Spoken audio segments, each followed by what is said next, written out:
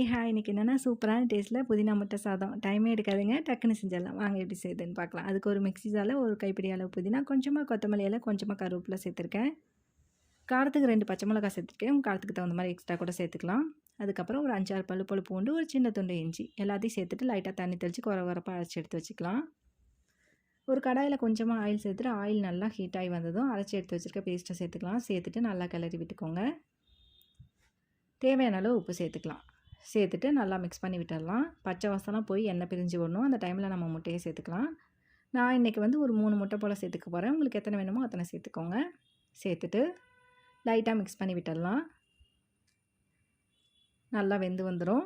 அந்த டைமில் ஒரு 1/4 ஸ்பூன் போல் மஞ்சள் தூள், 1/2 ஸ்பூன் கரம் மசாலா சேர்த்துட்டு நல்லா மிக்ஸ் பண்ணி விட்டுருங்க. அதுக்கப்புறம் சாதத்தை ஆற வச்சு எடுத்து வச்சுருக்கேன், அதையும் சேர்த்துக்கலாம். சேர்த்துட்டு நல்லா கிளறி விட்டுக்கலாம். நான் அன்றைக்கி வந்து ஃபைனலாக வந்து ஃப்ரைடு ஆனியன் சேர்த்துருக்கேன். சேர்த்துட்டு கிளறி இறக்குனிங்கன்னா சூப்பரான டேஸ்ட்டில் புதினா முட்டை சாதம் ரெடிங்க. கண்டிப்பாக ட்ரை பண்ணி பாருங்கள். பாய்.